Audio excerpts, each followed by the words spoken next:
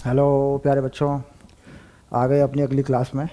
और question number 25 पर हम आ गए हैं।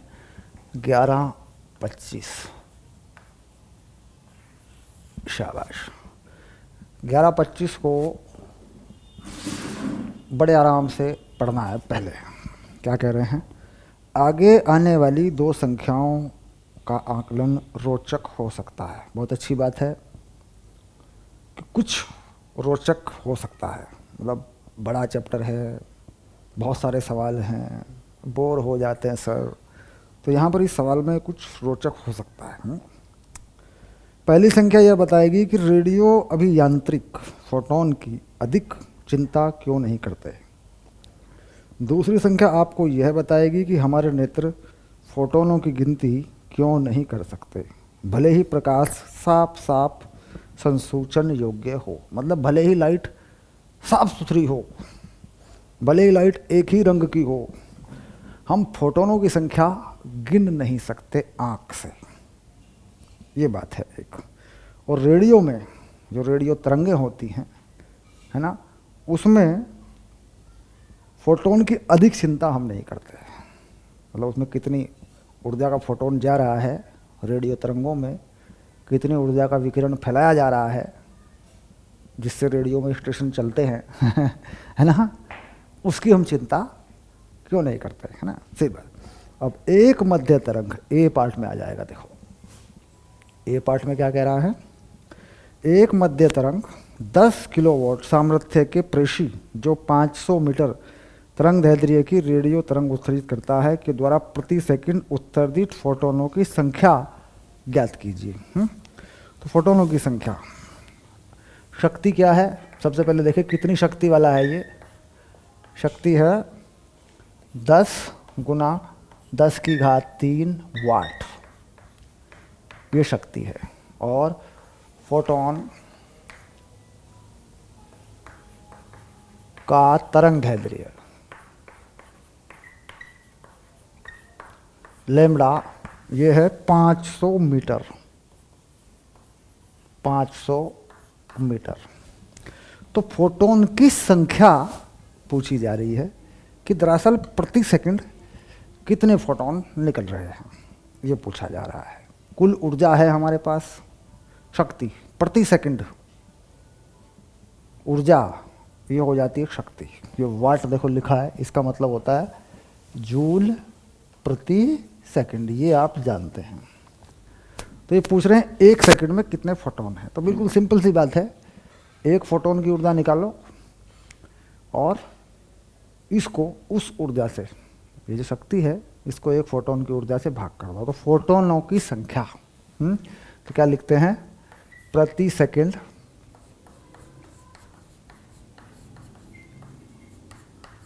फोटोनों की संख्या 10 गुना 10⁻³ और एक फोटोन की ऊर्जा यहाँ से कितनी हो गई, hc/λ। तो वैल्यू डाल देंगे। देखो 10⁻⁴ ऊपर हो गया, 6.63 10⁻⁻34 h हो गया। c का मान प्रकाश की चाल 3 10⁸ हो गया। लैम्ब्डा 500 मीटर है, ये ऊपर चला गया। ठीक, इसे हल कर देंगे।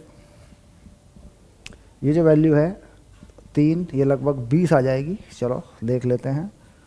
500 गुना 10⁻⁴ -8 + 34। देखो सारी 10 की पावर सेट कर दी मैंने।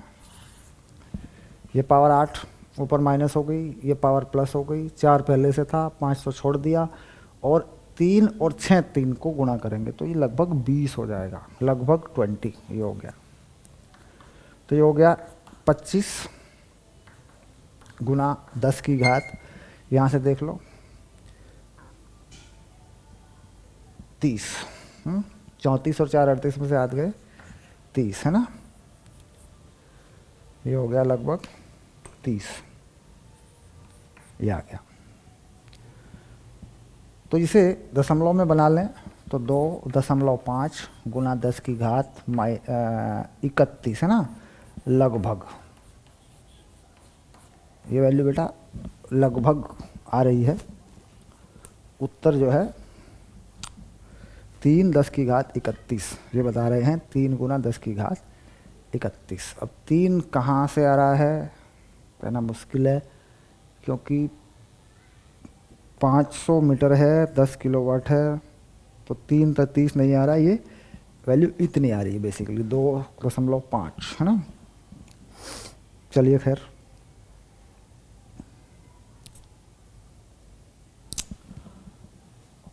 एच सी तो 6 तिया 18, 6 तिया 18 और 1 19 20, ये पूरा 20 हो गया, तो ये 25 आएगा। हाँ ये आ रहा है, मतलब कुछ उत्तर है पीछे, उत्तर माला में चेक करेंगे एक बार, वो उत्तर यहाँ नहीं आ रहा है, थोड़ा सा फर्क आ रहा है।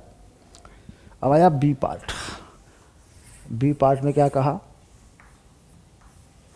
ठीक क्या कहा, निम्नतम तीव्रता का श्वेत प्रकाश जिसे हम देख सकते हैं कि संगत फोटोनों की संख्या जो प्रति सेकंड हमारे नेत्र की पुतली में प्रवेश करती है, पुतली का क्षेत्रफल 0.4 वर्ग सेंटीमीटर है, श्वेत प्रकाश की औसत आवृत्ति को लगभग इतना इतना मानिए। फोटोनों की संख्या, मतलब फोटोनों की संख्या जो ऊर्जा है फोटोनों की, थोड़ी सी ऊर्जा इन्होंने बताई है ना, वो बनेगी शक्ति। ये बन जाती है, देखो इन्होंने दे रखा है ब्रैकेट में 10 की पावर -10, और क्षेत्रफल बता रहे हैं ये 0.4 सेंटीमीटर स्क्वायर, यानी 0.4 गुना 10 की पावर -4 ये बनेगी बेटा। क्योंकि इन्होंने एक चीज़ दे रखी है, देखो ब्रैकेट में 10 की पावर -10 वाट पर मीटर स्क्वायर, इसे कहते हैं तीव्रता। शक्ति एकांक क्षेत्रफल पर जो शक्ति होती है उसे कहते हैं तीव्रता, इंटेंसिटी। तो उसे अगर क्षेत्रफल से गुणा कर दे तो क्या बन जाएगी, शक्ति। तो क्षेत्रफल कितना है आँख की पुतली का, आँख की पुतली का क्षेत्रफल दिया है इन्होंने 0.4 सेंटीमीटर स्क्वायर, तो 0.4 सेंटीमीटर स्क्वायर को क्या बना लिया, मीटर बना लिया, और ये दी थी तीव्रता, तो क्या बन गई, शक्ति बन गई। अभी फोटोनों की संख्या चाहिए हमें, तो फोटोनों की संख्या प्रति सेकंड, प्रति सेकंड फोटोनों की संख्या कितनी हो जाएगी।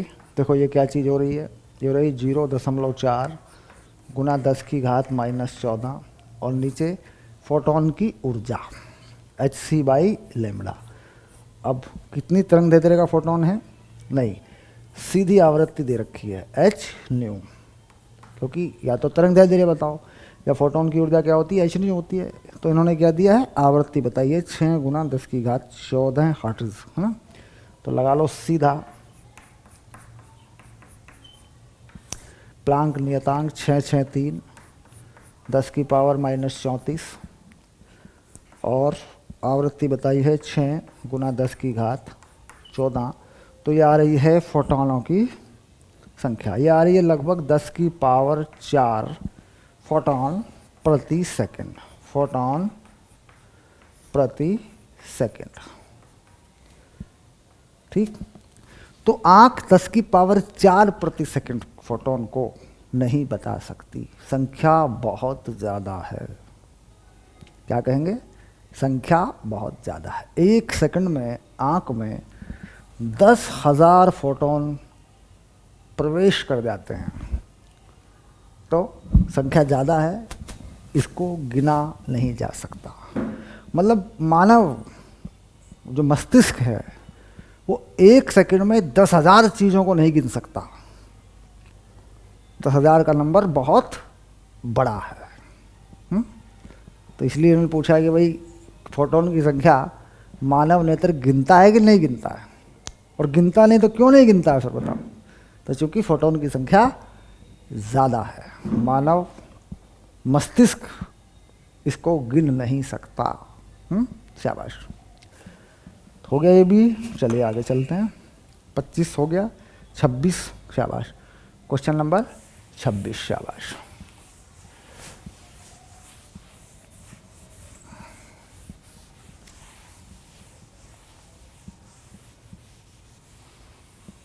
चैप्टर जानकारी से भरा हुआ है, चैप्टर जानकारी से भरा हुआ है। अच्छे से पूरा चैप्टर पढ़ लें और ढंग से बढ़िया, तो फिजिक्स बढ़िया हो जाएगी, मजबूत हो जाएगी फिजिक्स। क्योंकि आधुनिक फिजिक्स में फोटोन क्या है, कैसे काम करता है, इन सब चीज़ों की जानकारी ज़रूरी है। चलिए, पारद मरकरी स्रोत से उत्पन्न 100 वाट। पारद शक्ति, शक्ति कितनी है इसकी स्रोत की? यह है 100 वाट। और तरंग दैर्ध्य कितना है फोटोन का? यह है 2271 एंगस्ट्रॉम। 2271 एंगस्ट्रॉम, तो बदल लो, 2271 10 की पावर -10, ये बन गया मीटर। तो एक फोटोन, जैसे बल्ब जल रहा हो, मान लीजिए मरकरी लैंप है, मरकरी लैंप है जैसे, या कोई भी बल्ब है, तो कितनी शक्ति का है वो? बल्ब के ऊपर लिखी होती है ना पावर, 50 वाट का बल्ब है, 100 वाट का बल्ब है, तो कितने वाट का है? 50 का। इसका मतलब 1 सेकंड में 100 जूल ऊर्जा ये प्रकाश में बदल देता है। तो ये ऊर्जा किसमें बदल जाती है? प्रकाश में। तरंग दैर्ध्य का पराबैंगनी प्रकाश एक मॉलिब्डेनम धातु से निर्मित प्रकाश सेल को विकृत करता है। ठीक है, निरोधी विभव इतना है। तो ये प्रकाश कहाँ गिरता है? ये गिरता है एक धातु के ऊपर। ये धातु है, यहाँ से ये प्रकाश इस धातु पे गिरता है। ओके, इस धातु का कार्यफलन है हमारे पास? नहीं, निरोधी विभव है। धातु का V0 है हमारे पास, ये है 1.3 वोल्ट। 1.3 वोल्ट, ये इसका निरोधी विभव है।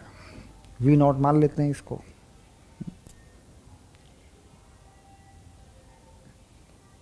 तो धातु के कार्यफलन का आकलन कीजिए। हमें क्या बताना है? धातु का कार्यफलन। धातु का कार्यफलन हमें बताना है। क्या बोल देते हैं इसको? फाई नॉट बोल देते हैं, ये हमें बताना है। या फिर इसे हम W भी लिख देते हैं, W। शाबाश।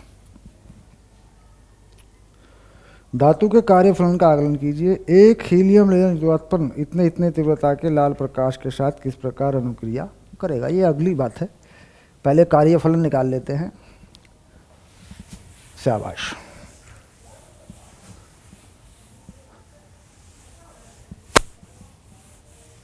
चलिए, तो कार्यफलन कैसे प्राप्त होगा? H new not plus EV0, ये है। तो ये है कार्यफलन, जिसको हम फाई या फाई नॉट कह रहे हैं। तो इसकी वैल्यू निकाल लेंगे। H न्यू माइनस EV0, इसको लिख लेते हैं phi naught HC by lambda minus EV0। ये वैल्यू हो गई। कार्य फलन यहाँ से हमें मिल जाएगा। हमारे पास ये है और HC है, EV0 है, वैल्यू डाल देते हैं 6.63 10 की घात -34। C प्रकाश की चाल 3 गुना 10 की घात 8। लैम्बडा 2271 गुणा 10 की घात -10। इलेक्ट्रॉन का आवेश माइनस करेंगे 1.6 10 की घात -19। और निरोधी विभव 1.3 है, तो यहाँ 1.3 से गुणा कर देंगे ये लोग। तो कार्यफलन जो है हमारे पास आ जाएगा 4.2 इलेक्ट्रॉन वोल्ट। कार्यफलन आएगा 4.2 EV। ये फाई हमारे पास फाई नॉट आ जाएगा।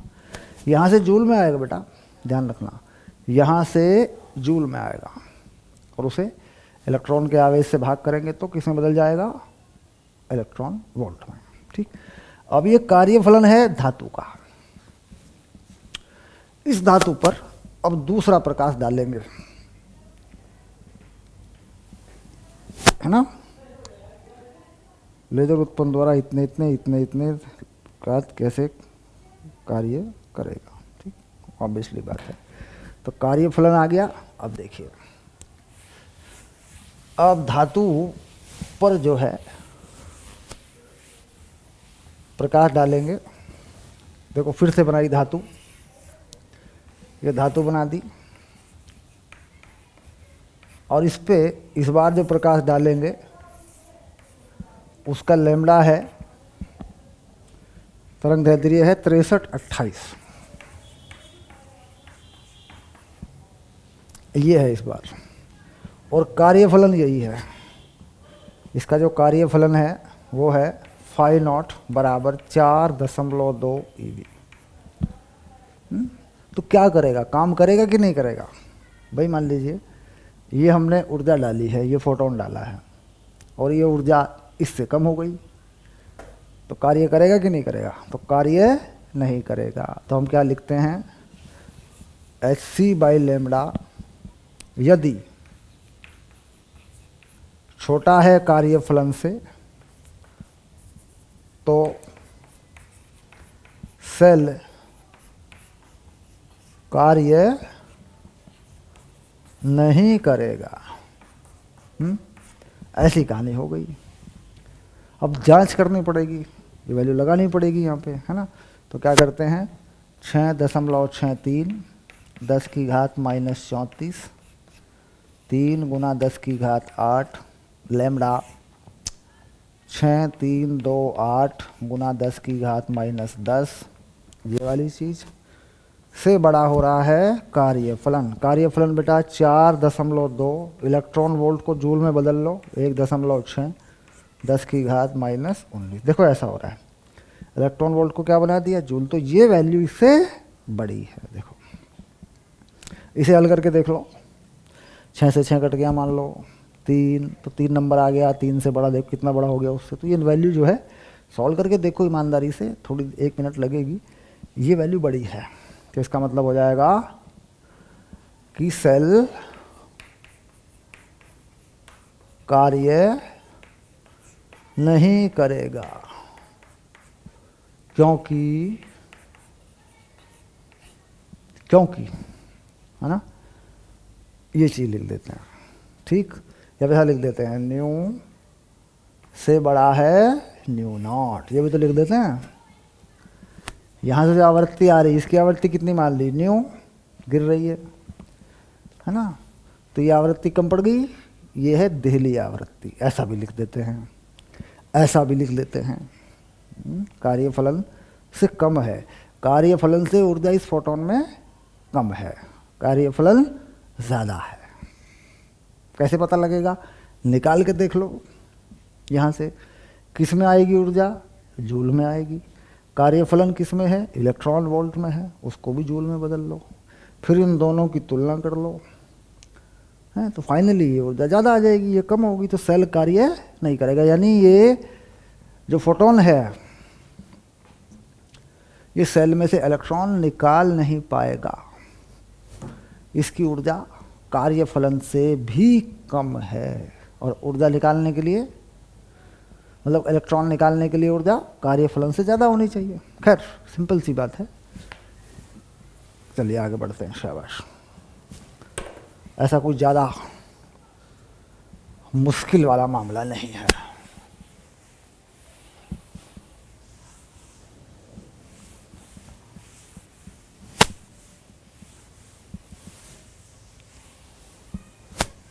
ओके, तो आपका क्वेश्चन नंबर 26 डन। अब आ गया 11-27, शाबाश। 27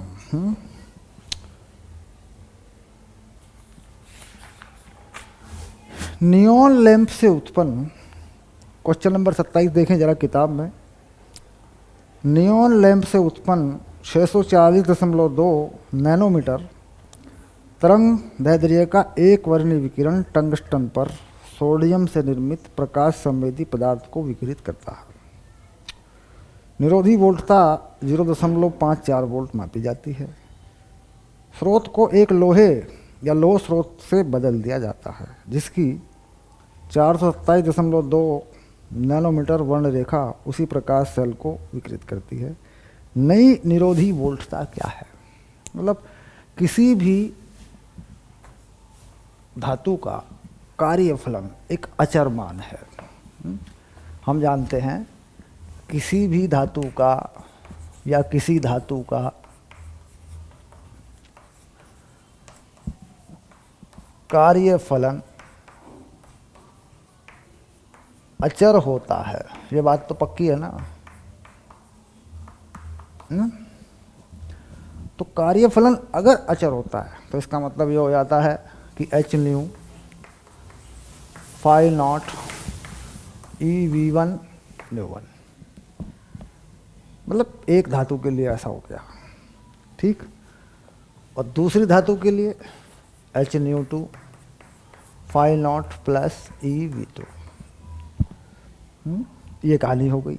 भी पहले सॉरी एक विकिरण के लिए ऐसा हो गया और दूसरा विकिरण डाल दिया तो ऐसा हो गया। अच्छा, ये भी लिख सकते हैं, इसको ठीक करें, H C by lambda one phi naught E V one. दूसरे में इसको क्या लिख सकते हैं, H C by lambda two phi naught plus E V two. समीकरण नंबर 1, समीकरण नंबर 2, मतलब 2 विकिरण डाले हैं ना, एक धातु पे 2 विकिरण डाले हैं। कह रहा एक बार ये निरोधी विभव है, दूसरी बार कितना होगा? तो यहाँ से क्या करें, 1 में से 2 घटा लो, सिंपल सी बात है। तो ये जो अचर है ये हट जाएगा।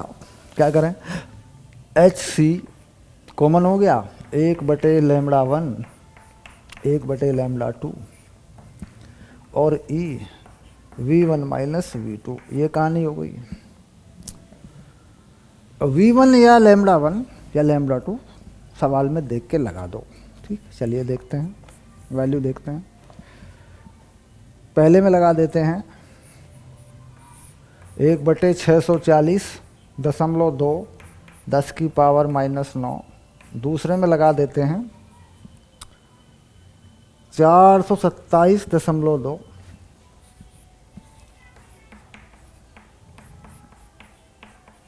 ऐसे।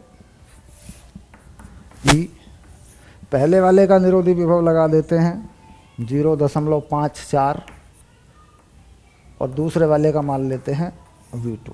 इसे हल कर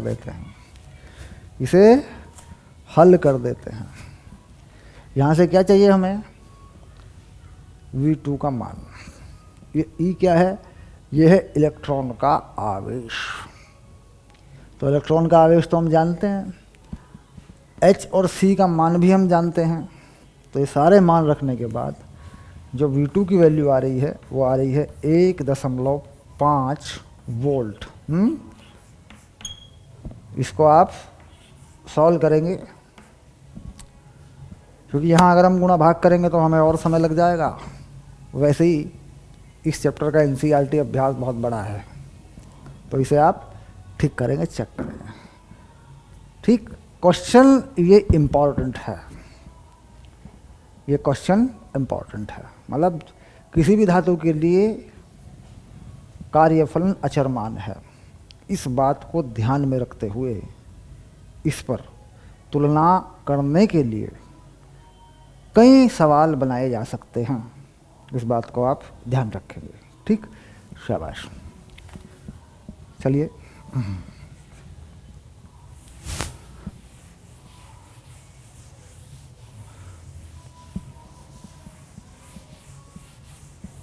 क्वेश्चन नंबर 27 रेडी हो गया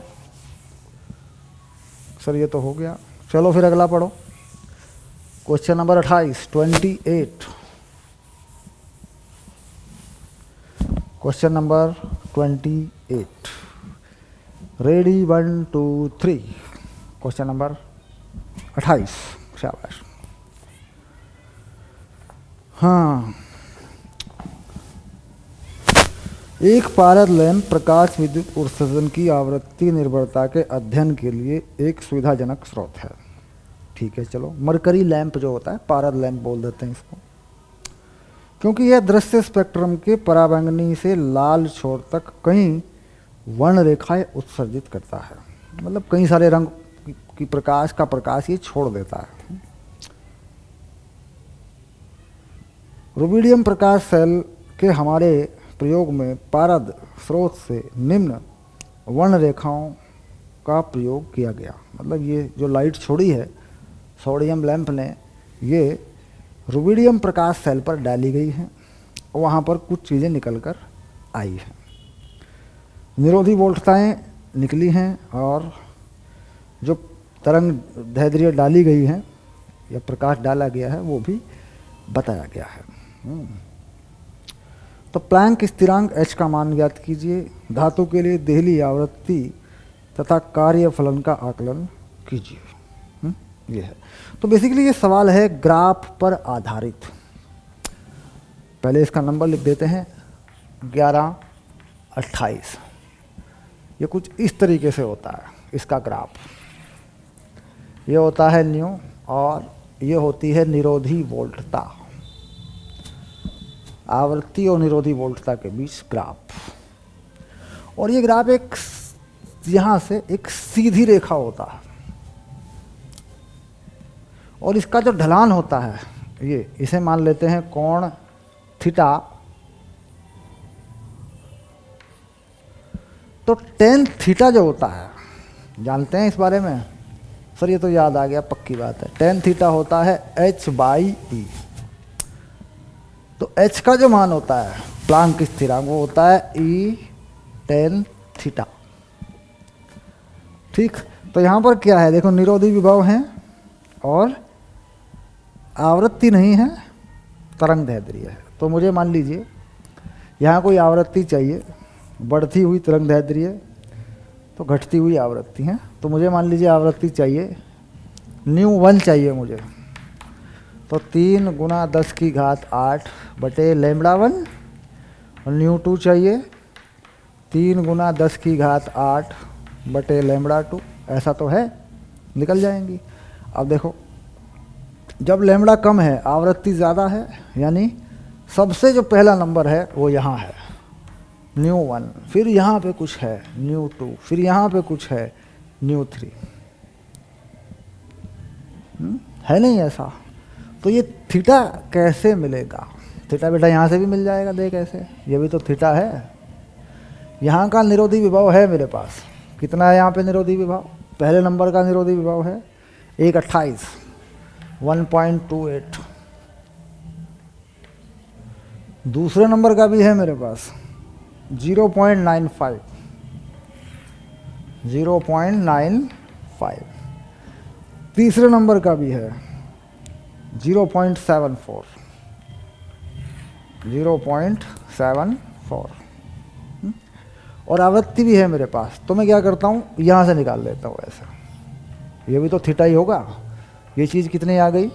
ये आ गई 1.28 माइनस 0.95 और ये आ गया ν1 माइनस ν2। तो ये हो गया h/e का मान। h/e का मान कितना हो गया? 1.28 लंब बटे आधार, यही होता है कर्ण। 0.95 और ν1 माइनस ν2। ये जो ν1 माइनस ν2 यहाँ से मिलेगा बेटा। ठीक, तो वैल्यू आ जाएगी h/e की, सिंपल सी बात है।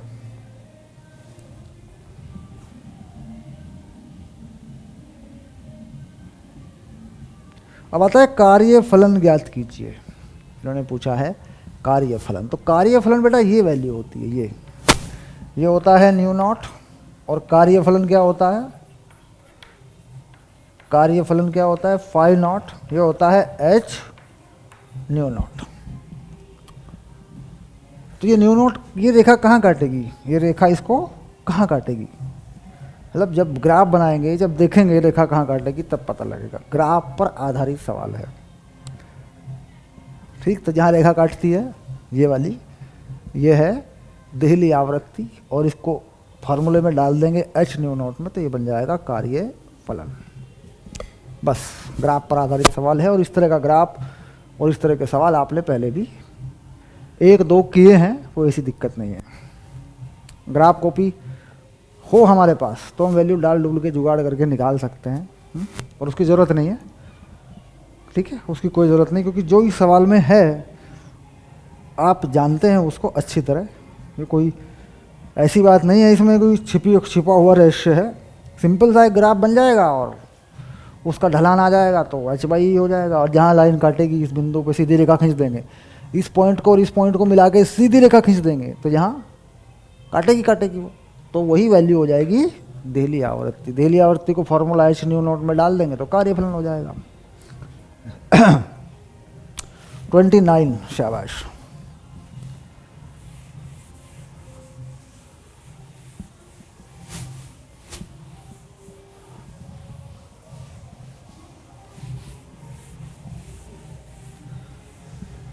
चलिए क्वेश्चन नंबर 29, शाबाश।